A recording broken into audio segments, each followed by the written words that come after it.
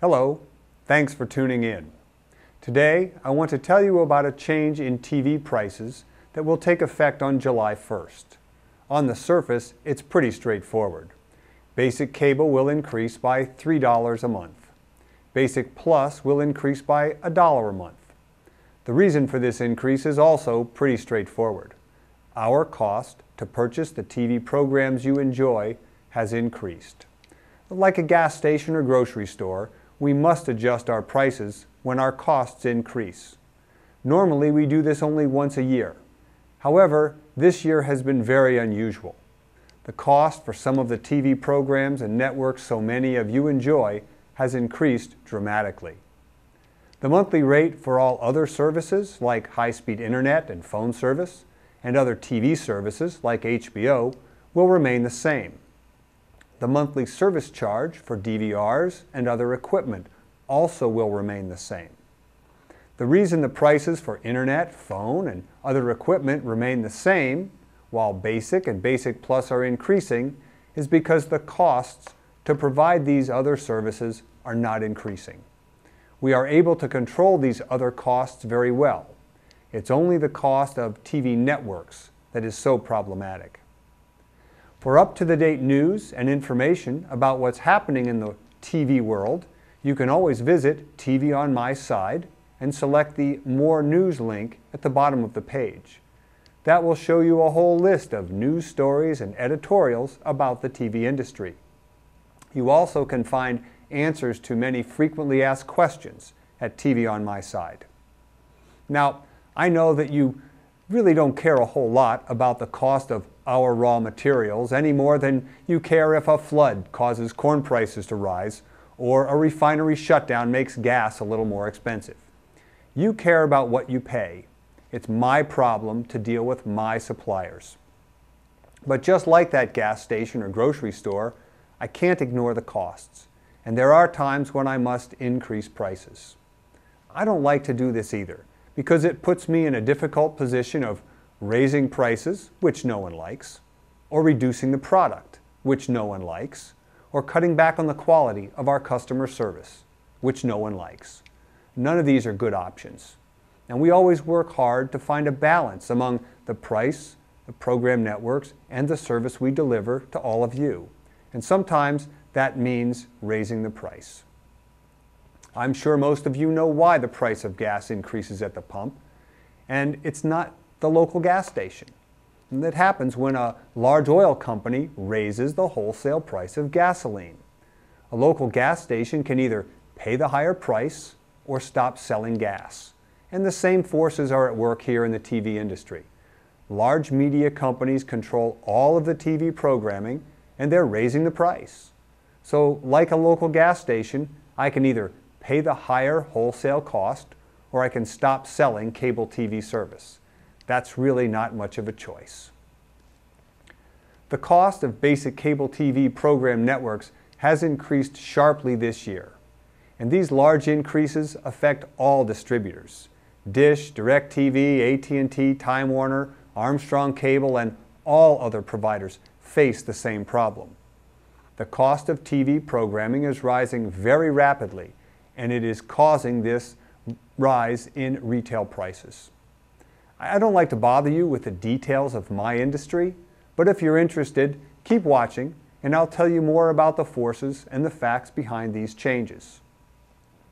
I've mentioned in previous programs that 7 companies control 95% of the TV networks in the U.S. Well, all of them have decided they want a whole lot more money. And that's why the cost of all types of TV programming is increasing very, very rapidly. News, sports, kids, general entertainment, all of it. Here's a quick peek at how this works. All of the big 7 media owners have contracts with cable, satellite, and phone providers. Now, these contracts range from 3 to 7 years. And the contracts are for their entire bundle of networks. And they require that most, if not all, of their TV channels be included as part of basic cable, even if we don't want to carry them. That's why there are so many channels on basic cable. I would like to split up these channels and offer lots of smaller options for consumers. But the media owners will not allow it. They force us to carry all of their channels in order to carry the ones we want. And that's why basic cable is so large. These contracts also include an annual increase in the price. These multi-year contracts give us some certainty about annual increases, but all bets are off at renewal time. And in the past year, 4 of the big 7 required new rates as a result of contract renewals. And the other 3 are being renewed here in 2014. These agreements are characterized by 4 things. First is a rate reset. Even though the rates increase every year, they all demand a big increase when the contract is renewed. Now, there's no real justification for these increases. The rate will increase even when program popularity falls. Now, this increase varies from 10% to more than 30%. Viacom, for example, started their renewal process by demanding a 60% increase.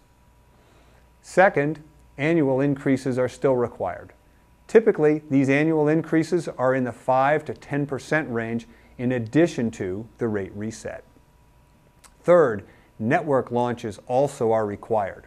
Almost all of the big 7 have new networks they demand be added, or existing networks that must be moved to a level of service with more customers. That's why basic cable keeps growing larger. And finally, they often demand sports surcharges, and this is perhaps the most dangerous of their demands. Most of these media companies have big dreams about sports programs. You've probably noticed that Fox launched Fox Sports 1, and NBC launched NBC Sports Network. Now, they want to compete with ESPN as national sports networks. And that means paying big bucks for sports rights, and they want to be sure they can raise their prices when they do. So, they demand an unknown sports surcharge in case they are able to win the bidding for expensive rights to professional sports. Rather like NBC's recent announcement of extending their Olympics TV rights for almost $8 billion. Put all that together, and it amounts to an average annual increase in the cost of TV programming of about 14% a year.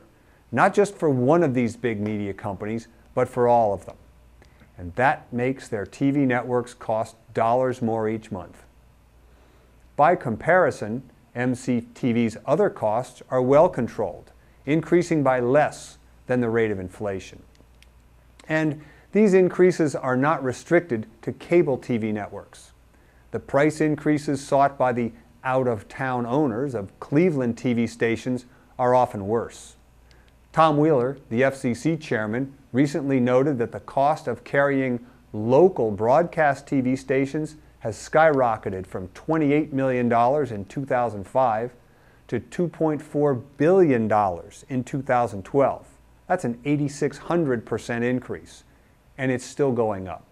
SNL Kagan, a respected research firm, projects the cost of local TV stations will more than triple to $7.6 billion by 2019.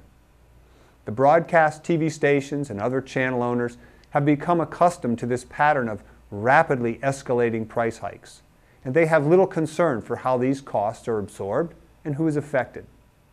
After all, they know the TV distributors like MCTV, Time Warner, Dish, and others must endure the customer criticism, deliver the bill, and collect the money for them. Now, all of that seems so unreasonable. Well, why would anyone agree?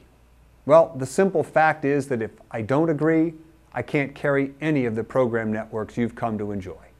If I don't agree to the increase for Cartoon Network, I can't carry TNT. If I don't agree to the increase for MTV, I can't carry Comedy Central. If I don't agree to launch Fox Sports 1, I can't offer Sports Time Ohio. If I don't agree to a rate increase for WJW, I'm not allowed to carry a different Fox TV station. I can't drop one network from their bundle. It's all or nothing. And that's not just for MCTV. All distributors face the same problem. Competition is supposed to help prices, but it doesn't in the TV world. Retail competition among MCTV, DirecTV, Dish Network, and others hasn't helped to keep the costs down. Instead, it has actually driven prices up. And that's because there are multiple cable and satellite company buyers for a channel like Comedy Central, but only one seller, Viacom. As a result, Viacom is able to demand huge price increases because Viacom knows if I don't agree to pay, then consumers will simply switch to another TV provider who will. Well, that new provider must also pay the higher cost and raise their prices too. Either way, Viacom gets more money. These really are unprecedented times in the TV industry. Now, I know most of you don't follow the industry news as closely as I do, but it really is a remarkable time. Here are some of the recent developments in the TV industry. Comcast, already the biggest communications company in the nation, is trying to acquire all of Time Warner, the second largest.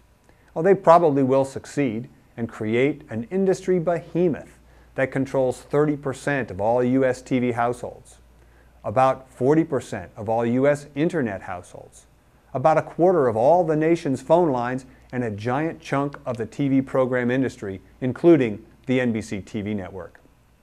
Now, this merger will have a big impact here in Ohio because the combined Comcast-Time Warner has already decided to leave Ohio.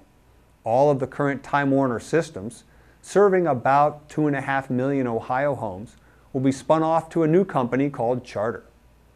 At the same time this is going on, AT&T is proposing a merger with DirecTV, designed to create another giant telecommunications company. But perhaps more remarkable are the news stories about TV programming. It seems everywhere you look, cable and satellite companies, the companies that deliver TV services, are at war with the companies that own the TV content. Time Warner fighting with CBS, DirecTV fighting with the Weather Channel, Dish versus AMC Networks, Cable One battling with Viacom. The list goes on and on.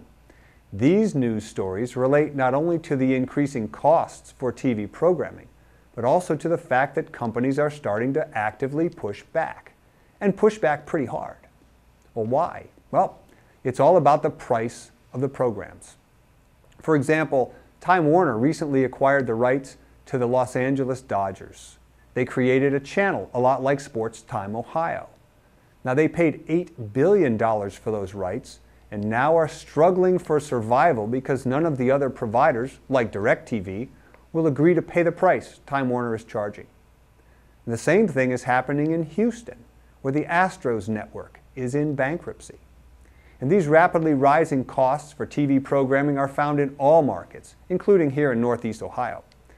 Within a short time, the three regional sports networks of Big Ten, Fox Sports, and Sports Time Ohio will cost more than $10 per home per month. I don't know how long we can continue to carry all of these networks. At some point, they just become too expensive. And yet, those three networks are owned by Fox and tied to the other Fox TV networks like FX, Fox Sports 1, and National Geographic. So it's impossible to pick and choose. And ESPN, of course, they're the national leader in sports programming.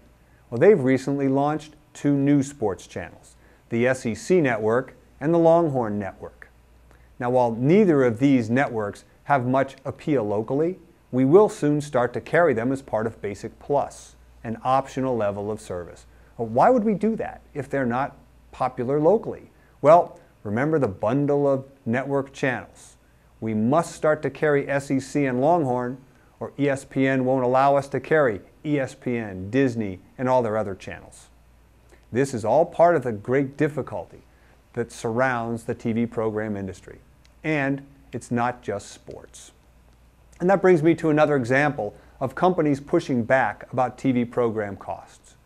For the first time in the history of the cable industry, some cable TV companies are dropping networks owned by a large content company.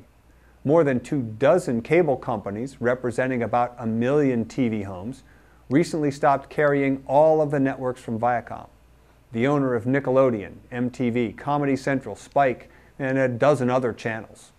Now, DirecTV dropped all of the Viacom channels for a month in 2012, but that was a short-term dispute. This is different. None of these companies are planning to restore the Viacom networks.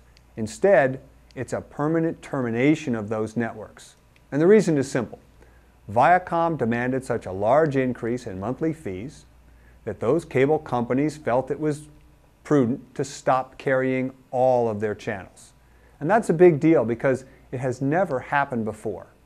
Hopefully, this will serve as a wake-up call to the rest of the program industry to stop paying these ridiculous prices for TV rights. Now, I have no illusion that sanity will come to the industry overnight. It will take time, but this is a step in the right direction. As I mentioned at the top of the show, you can visit TV on My Side for more stories, explanations, opinion, and answers about the TV program industry. But the fight with Viacom doesn't stop with the TV industry and program blackouts. This battle has spilled over to the internet. Now, Viacom puts a lot of their programs on the internet for free, and a lot of people watch that way. Well, Viacom has now taken the very drastic step of blocking internet access to their websites. Internet customers served by the cable and phone companies that stopped carrying Viacom TV channels can no longer visit Viacom on the internet. Viacom lets web surfers from Albania watch SpongeBob, but Viacom blocks people who live in Alabama. And if you're an advocate of this thing called network neutrality, you should be very concerned. Viacom is blatantly violating the spirit of network neutrality by discriminating against certain internet users in order to extract higher fees from TV viewers. Even though Viacom's websites are supposed to be free to anyone, Viacom is denying access to some users because of where they live and the ISP they use to connect to the internet. That's the sort of vicious, bullying behavior many of the content companies use to maintain their stranglehold on the US TV industry. This is a serious problem for TV viewers, and I can't say I have a solution. The companies that own the TV content seem dead set on extracting higher and higher fees every year for TV programs. None of the distributors, including the very largest, are able to restrain these rising costs. Sadly, it seems as if the program networks are hell-bent on seeing how far they can push the system before it breaks. And worse yet, they have no plan to fix it when it does break. It is becoming increasingly obvious that the traditional cable TV model is in need of reform. Now, I've been one of the outspoken voices in our industry calling for that reform. MCTV works with other cable and satellite companies for legislative change at the federal level. Political leaders in Washington are starting to notice the growing customer frustration and are slowly beginning to realize that the laws governing the dysfunctional TV marketplace need to change. So let's all hope our lawmakers make meaningful reforms to rein in these large media companies before they destroy the US TV industry and before too many Americans are harmed. And at the same time, the internet is becoming a more and more popular place to watch TV programs. Services like Netflix and Amazon Prime are gathering more and more programming. Devices like Amazon's Fire TV, Apple TV, and Roku are becoming better. Now, of course, there are monthly subscription fees for services like Netflix and Amazon Prime, and you have to purchase their equipment and learn how to use it. But nevertheless, these new services and new equipment offer benefits. Our technicians and call center are learning how these new services and this new equipment works too. And even though we don't really have anything to do with these services and that equipment, we want to be able to help our customers when we can. And MCTV's high-speed internet service is a great way to utilize these services. And toward that end, MCTV is working to ensure that your online video viewing is every bit as good as your regular TV viewing by constantly upgrading the network to increase the available internet bandwidth. And remember too that even with the strict contract requirements imposed by the TV networks, we have created options for smaller, less expensive TV packages. So please call the office if you would like even more information. I hope you have a great summer. Please remember TV on My Side for more information about this subject. Thanks for watching.